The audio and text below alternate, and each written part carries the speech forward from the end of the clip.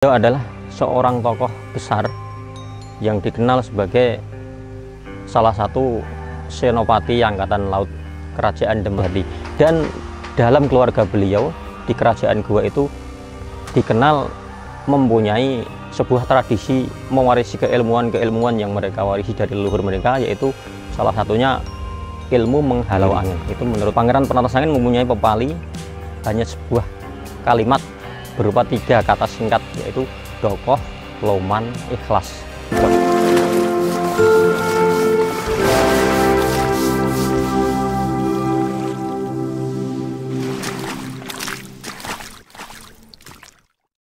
Ketika berbicara tentang seorang tokoh besar Pangeran Penatasangin, tentu tidak bisa lepas dari sejarah, termasuk sejarah Demak Bintoro sebagai salah satu kerajaan maritim besar di Nusantara, dan kita berada di daerah-daerah kekuasaan Demak pada waktu itu. Beliau adalah seorang tokoh besar yang dikenal sebagai salah satu senopati Angkatan Laut Kerajaan Demak. Sebelum itu, latar belakang beliau adalah seorang bangsawan dari Kerajaan Goa, Makassar. Beliau dari sana diceritakan mengembara ke Jawa untuk mencari guru sejati. Setelah sampai di Jawa, tentu yang beliau tuju adalah seorang tokoh besar juga, yaitu Kanjeng Sunan Kalijogo. Nama kecil beliau adalah Daeng Mangimba Natiswang, salah satu putra raja dari sana, dari Kerajaan Goa. Beliau mengembara ke tanah Jawa untuk mencari guru sejati, yaitu Kanjeng Sunan Kalijogo. Hingga proses pencarian itu terjadilah dinamika sosial dan politik. Beliau sampai di tanah Jawa, mendarat di Pelabuhan Tegal, yang mungkin pada saat itu adalah pelabuhan besar. Hingga beliau bertemu dengan Kanjeng Sunan Kalijogo, itu masih mempunyai memerlukan proses beberapa tahun. Diceritakan beliau sempat bermukim di Tegal kurang lebih 3 tahun. Setelah itu baru bertemu dengan Sunan Kalijogo, dan akhirnya dengan beberapa proses tertentu, dengan persyaratan tertentu, beliau berhasil diangkat menjadi murid dari Kanjeng Sunan Kalijogo. Hingga singkat cerita, beliau pun menjadi murid resmi dan ditugaskan untuk mengabdi, ikut membesarkan Kerajaan Demak yang pada saat itu dipimpin oleh Sultan Fatah. Di sana beliau mengabdi selama kurang lebih 53 tahun, dan akhirnya setelah Demak ini mengalami perpecahan hingga terjadi konflik internal, beliau memutuskan untuk beruzlah ke dusun tahunan sini. Inilah mengapa dusun sini dinamakan dusun tahunan. Kurang lebih beliau menetap di sini untuk menyepikan diri dari hingar-bingar huru-hara konflik internal Kerajaan Demak, dan meminta izin kepada sang guru dan diizinkan. Di sini mukim selama bertahun-tahun, maka di sini dijadikan sebuah nama desa Tahunan dari kata tahun. Dan tentu saja di sini ada satu orang tokoh lagi yang bernama Pangeran Kusmoito. Ini salah satu murid kinasih beliau. Daeng Mangimba Natiswang sebagai putra mahkota, beliau tidak tertarik untuk melanjutkan memegang tampuk kekuasaan, akan tetapi naluri beliau ini lebih ke arah pencarian ilmu sejati. Dan dalam keluarga beliau di Kerajaan Goa itu dikenal mempunyai sebuah tradisi mewarisi keilmuan yang mereka warisi dari leluhur mereka, yaitu salah satunya ilmu menghalau angin. Itu menurut informasi yang saya terima, ilmu menghalau angin. Maka di sini bakat itu tidak bisa disembunyikan, dan sangat tampak sekali ketika beliau ikut ekspedisi ke Selat Malaka membersamai Raden Patih Unus, putra dari Sultan Fatah. Di sana terjadi pertempuran yang tidak seimbang. Armada Demak yang berjumlah 10.000 pasukan ini hancur di Selat Berhala, dan mereka dikalahkan oleh orang-orang Portugis. Dan celakanya lagi, di tengah-tengah kepulauan itu mereka dihempas oleh badai besar, dan di saat inilah tokoh ikonik Pangeran Penatas Angin menunjukkan kemampuannya untuk menghalau angin. Makanya beliau pada saat itu lebih dikenal dan mendapat julukan oleh Pati Unus sebagai Pangeran Natas Angin, Pangeran Penatas Angin begitu. Dan berkat jasa beliau, armada 100 kapal jung dengan isi 10.000 ini semua tidak berhasil karam, dan berhasil diselamatkan sebanyak 700 orang dengan selamat kembali ke Demak. Dan sejak saat itulah nama beliau menjadi terkenal Pangeran Penatas Angin.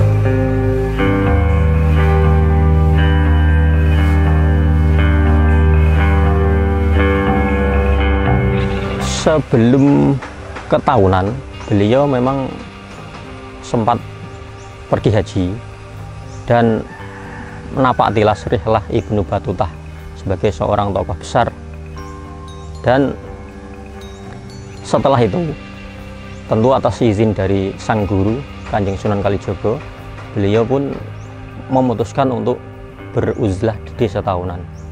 Mungkin salah satu tujuannya adalah menyepikan diri dari konflik internal kerajaan pada saat itu. Di sini beliau tentu saja sebagai naluri seorang muslim yang taat, apalagi beliau juga seorang santri, tentu di sini beliau ikut menyebarkan.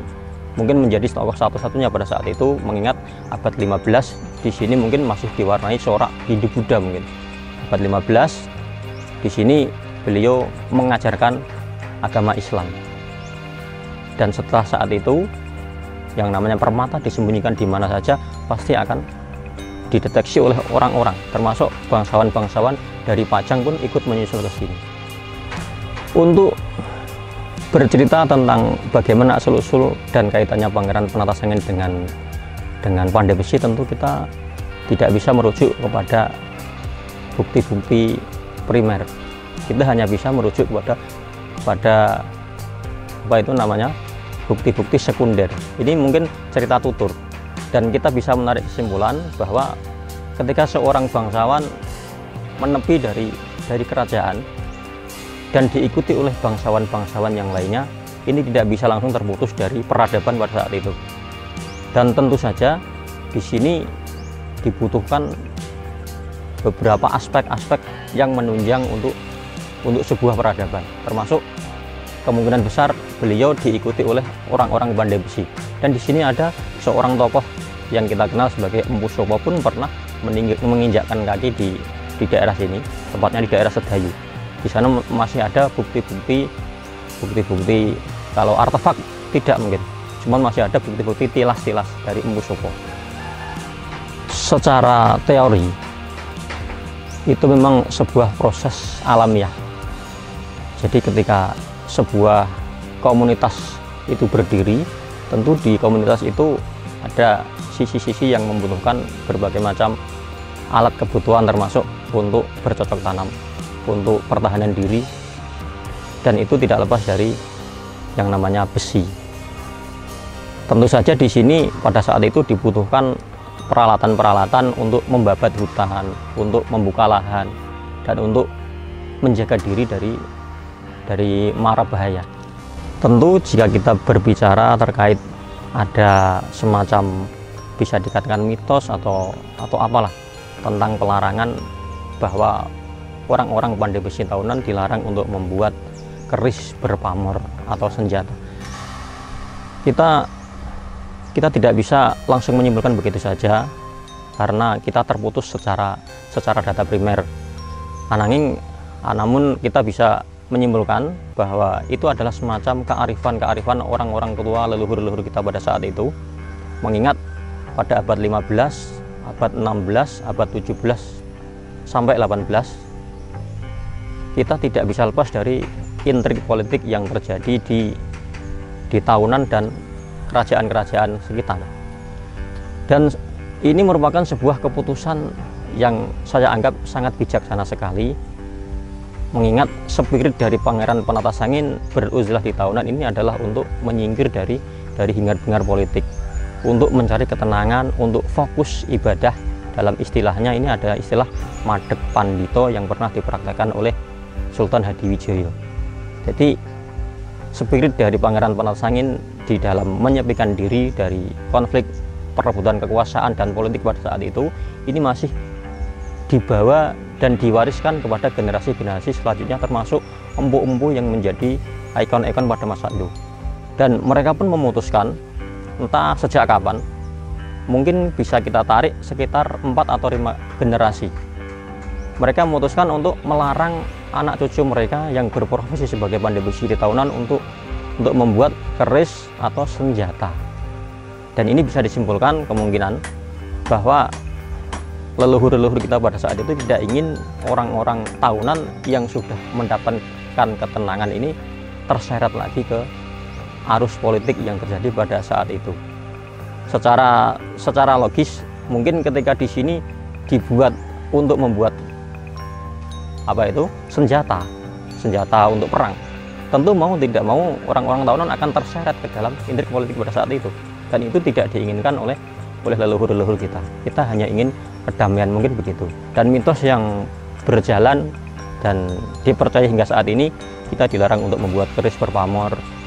Kita sebagai orang-orang yang mungkin berpikiran kritis tidak langsung menerimanya begitu saja sebagai sebuah mitos yang penuh dengan mitos, tetapi bisa kita maknai sebagai sebuah kearifan leluhur kita pada saat itu, bahwa kita dilarang untuk membuat senjata pembunuh atau senjata untuk melukai orang lain, yang itu nanti akan berakibat kepada terseretnya orang-orang pandai besi tahunan ke dalam politik praktis pada saat itu.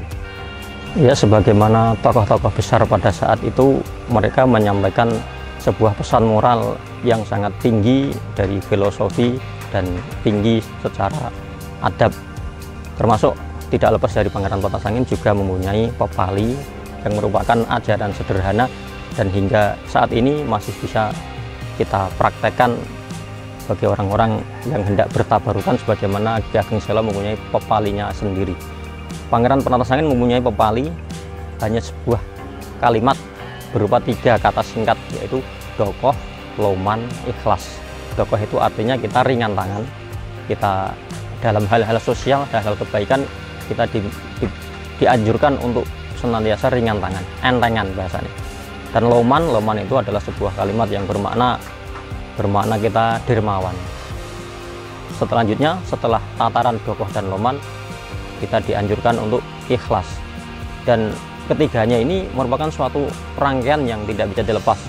Ketika kita sudah dokoh dan kita sudah loman, otomatis ikhlas akan terbangun dengan sendirinya ketika kita sudah istiqomah di dalam dokoh dan di dalam loman. Begitu, semoga kita semua mendapatkan keberkahan dari Pangeran Penatasangin, Pangeran Kusumuido wa ikhwanihim yang dimakamkan di tahunan. Kita bisa menjalankan pepali-pepalinya, kita mendapatkan keberkahan hingga anak cucu kita kelak. Amin.